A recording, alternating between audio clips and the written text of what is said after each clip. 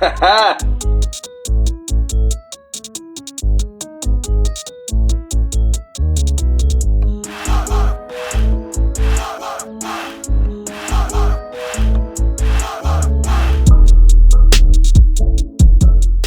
what's up, man?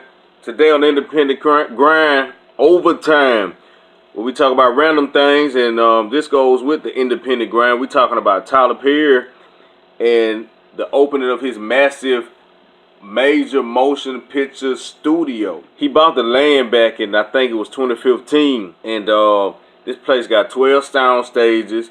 It was on an old army base, and he just had the grand opening this past weekend. Now, the reason I'm bringing this up because I think that's a major move for blacks. I think it's a major move for the film industry dealing with blacks. This is one of the largest major motion pictures in the U.S. It's not the first black-owned. It is black-owned. He owned it outright, but it's not the first black-owned. There have been some other, smaller studios, but as far as his, it's bigger than like the Warner Studios, Disney, Paramount, all them combined. It's over 300 acres. It's already been open. He filmed like parts of what's that place? What's that movie? Nobody's Fool. I could tell some of it was filmed there, like the little coffee shop. Pretty much anybody can go there and film. Some of the Walking Dead is filmed there. Some of Black Panther was filmed there. This place is huge, and it's owned by a black man. And it was an old Confederate Army base that he now owns right there in the city of Atlanta. He paid over $250 million. It's a $250 million studio, and Tyler Perry he did it his way, and I think that's real big for Tyler Perry, and I think it was just meant. I know a lot of people wondering, like why we couldn't have been had this, but I think it's all with timing.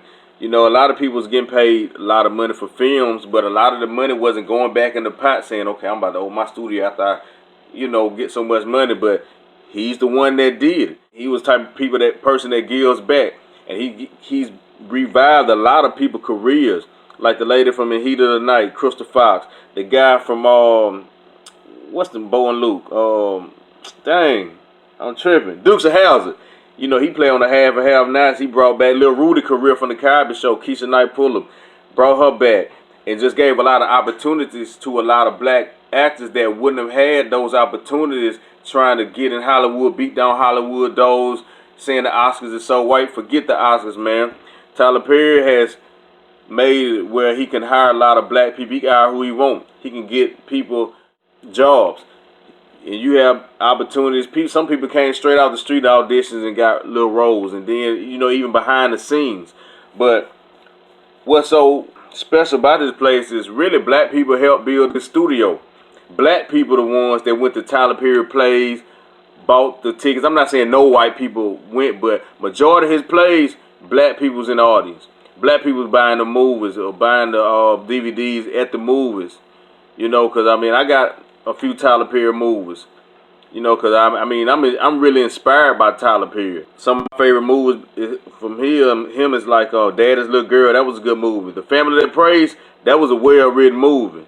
Whether you like Muddy Plays or not, it's something that Tyler Perry done probably you like. I don't care if it's just one thing, but Acrimony, I like that movie.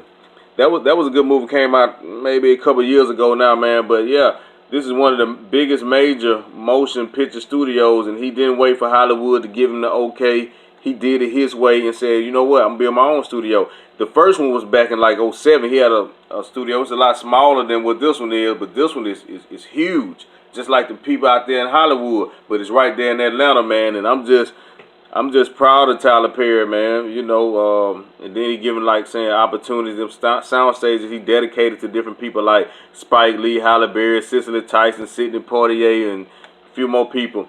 And he even squashed that little beef he kind of had with Spike Lee, I remember watching one interview, he was just like, I think he was saying, Spike Lee can go to hell or whatever he was saying, but they have squashed that. They actually had a talk. Yeah, but yeah, like I was saying, man, Tyler Perry, man, shouts out to Tyler Perry for opening up one of the biggest major motion picture studios in the U.S. Not the first black-owned, but the biggest for sure. That's what I want to talk about right here on the Independent Grind overtime for today. And on that note, I'm out. Peace.